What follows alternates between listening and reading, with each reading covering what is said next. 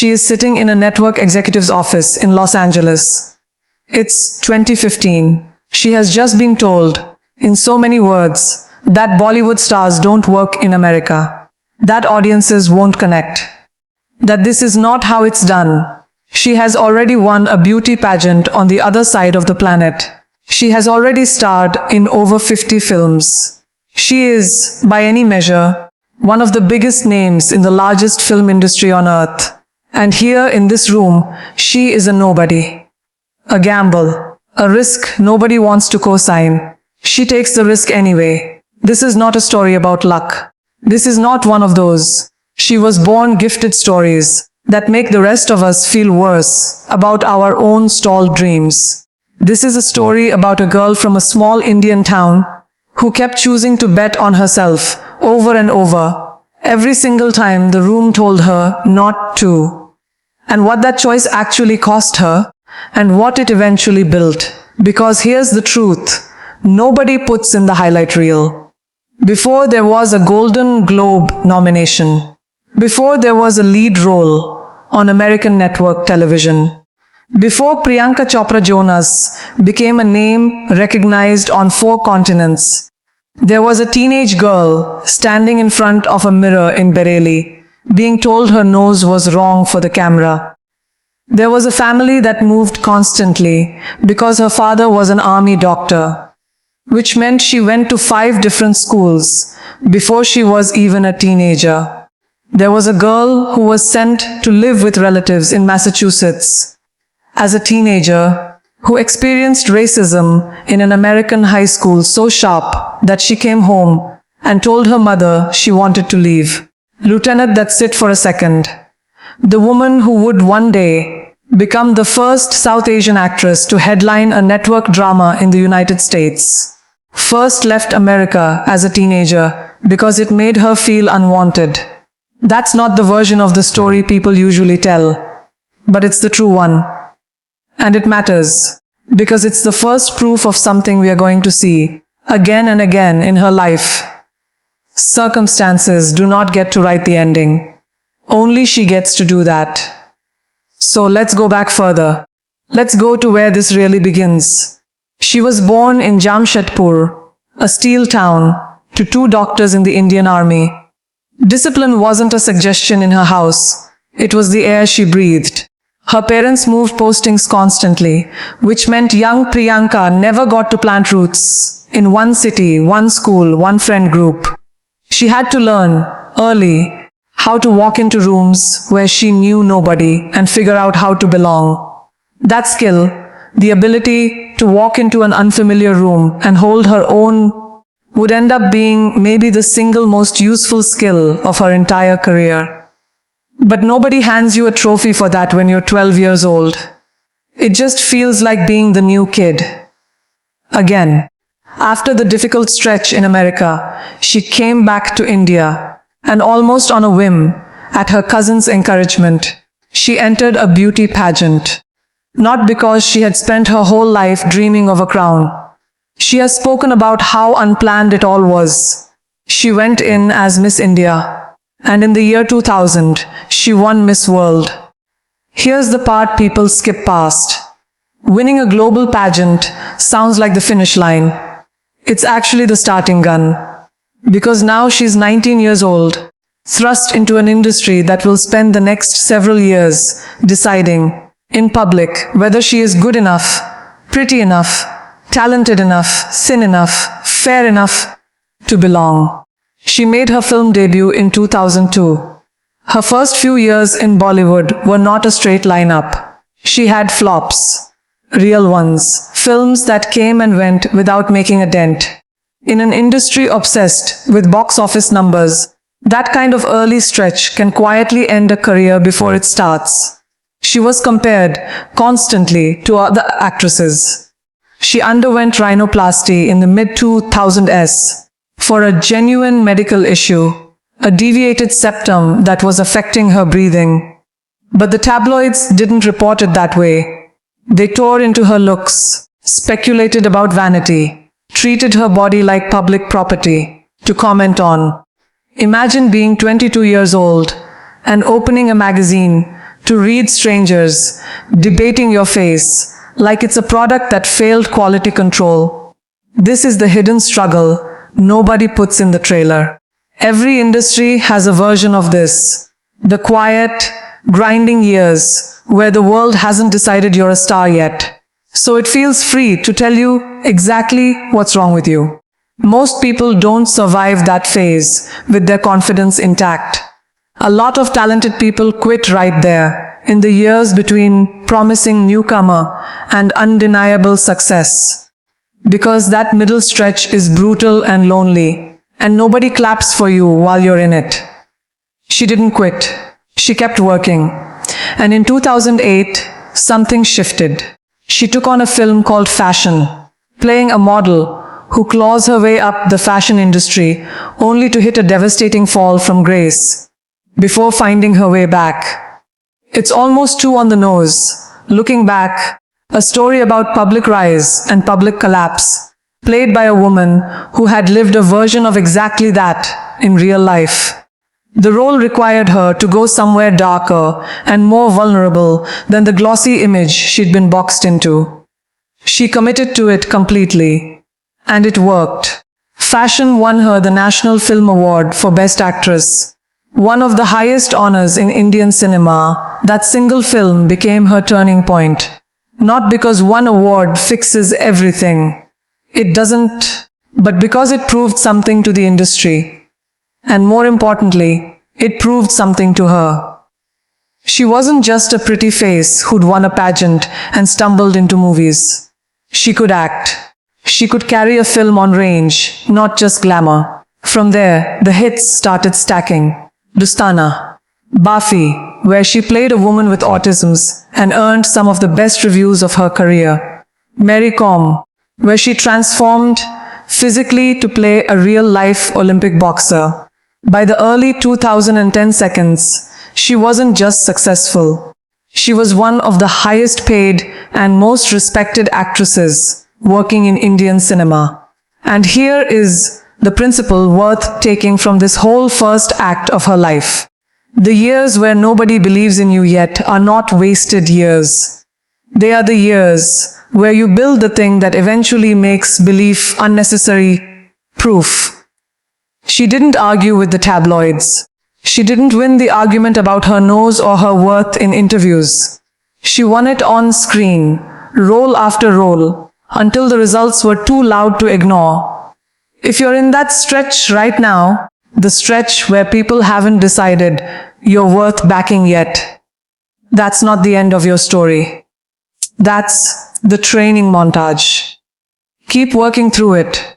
Now here's where most people would have stopped. She had it all, by any Bollywood standard: wealth, awards, a fan base that spanned 1 billion people. Why on earth would you risk that? She did it anyway. In 2015, at the peak of her Bollywood career, she signed on to lead an ABC drama called Quantico, playing an FBI recruit accused of orchestrating a terrorist attack. This wasn't a cameo. This wasn't a small supporting role to test the American waters. This was the lead. The first time in the history of American network television that a South Asian woman would headline a drama series. Picture the size of that bet. She was walking away from guaranteed stardom in one of the largest film industries on the planet to become essentially a beginner again in an industry that had almost no track record of taking Bollywood actors seriously. The skepticism was real and it was loud. Industry voices questioned whether audiences would accept her, whether her accent would be a barrier, whether crossing over was even possible for someone from her background. She has spoken publicly about facing ignorant, even offensive questions from American media early on. Questions rooted in people simply not understanding where she came from, treating her whole identity as a curiosity instead of a resume. This is the part of the story that deserves to sit heavy for a second. She had already won. She had already proven herself in the country of her birth. And she chose to go somewhere she'd have to prove it all over again. From zero. in front of a new audience that didn't automatically know her name. That's not comfort seeking. That's not chasing more of the same. That is choosing to dream bigger than the ceiling she'd already hit. Quantico premiered in the fall of 2015. It became a genuine hit for the network. She earned a People's Choice Award nomination. She was, by every metric, no longer just a Bollywood export, doing a novelty role in America. She was a working American television lead, carrying a network drama for its run. The skeptics who said it couldn't be done had their answer. The principle here is simple, but people avoid it constantly because it's uncomfortable. Growth almost always requires you to walk away from a version of success you've already earned, back into a room where you're unproven again. That's terrifying. Most people protect their comfort instead. She protected her ceiling instead.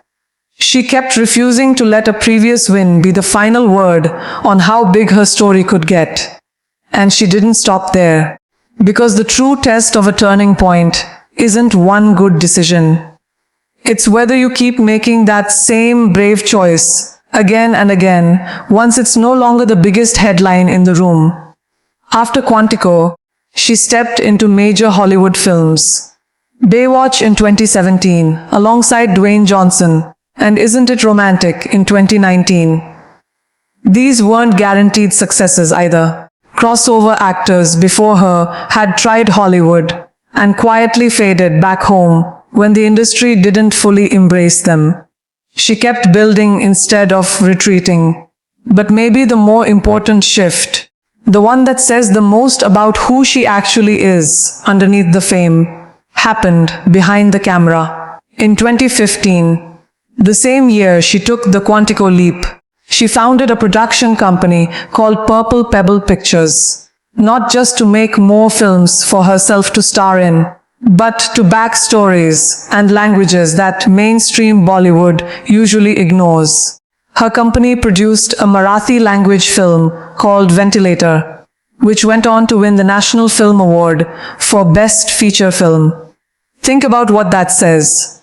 She had every reason, every incentive, to only chase projects that put her own face on the poster.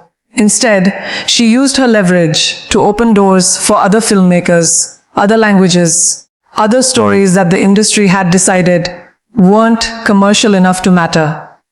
That is a different kind of turning point than the ones we usually celebrate in these stories.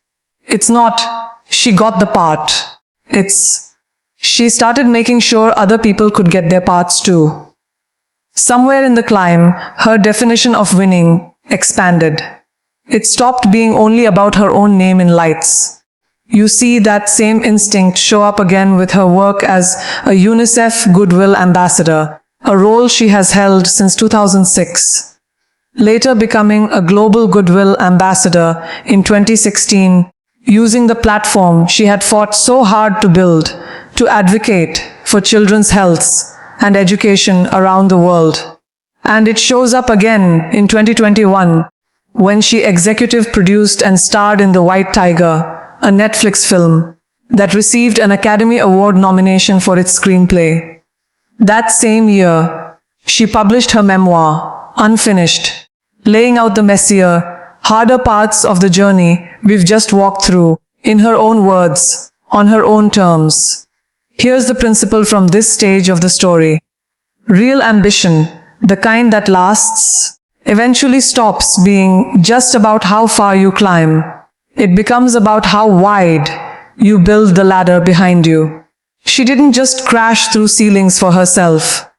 She used the momentum to prop doors open for people who look like the girl she used to be. The small town kid who kept getting told, in 100 different ways across 100 different rooms, that she didn't quite fit the mold. Now step back and look at the whole shape of it.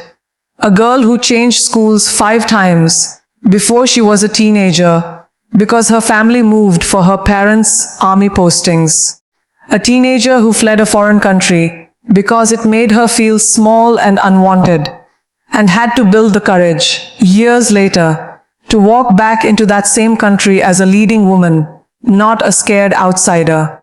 A young actress who got torn apart in tabloids for her face, and answered by building a body of work so strong it made the criticism irrelevant. A woman at the absolute peak of one industry who chose the terrifying discomfort of starting over in another, because she refused to let already successful become finished growing. And finally, someone who took every door she pried open and used it to make more doors for other people's stories, other people's languages, other people's dreams. None of that happened because circumstances lined up in her favor. Almost none of it did. It happened because she kept refusing to let her circumstances set the ceiling on her imagination. And this is where her story stops being about her and starts being about you, because you don't need a pageant crown. You don't need a network deal. What her whole journey actually proves, if you strip away the fame and the red carpets, is something much simpler and much more available to every single person watching this right now. The gap between where you're starting and where you want to end up is not the thing that decides your future. What decides it is whether you keep making the next brave choice, especially in the stretch where nobody's clapping for you yet, especially when you've already won something and it would be so much easier to just stay there, especially when the room, the industry, the family, the voice in your own head is telling you that people like you don't get to do the thing you're dreaming about. She was a small town army kid who got told her accent, her face, her background made her an unlikely bet over and over in 2 different countries, in 2 different industries. And she kept dreaming bigger than every single one of those verdicts. So here's what I want you to do. Not tomorrow. Right now, before you close this video, think about the one thing you've been shrinking, the goal you've been talking yourself out of, because your current circumstances don't seem to match the size of it. And in the comments, write one single word, just one word, that represents that dream. Not the whole plan, not the excuses, just the word. Let it be public, let it be real. Let it be the first small brave choice, the same kind of choice she kept making over and over, long before anyone was watching. And if this story moved you even a little, if some part of you just felt a little more permission to dream bigger than your circumstances, subscribe and become part of the Golden Grace family.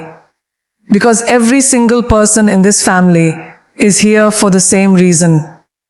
We're not here to admire someone else's golden chapter from a distance. We're here to go write our own. Your circumstances are the starting line. They were never supposed to be the finish.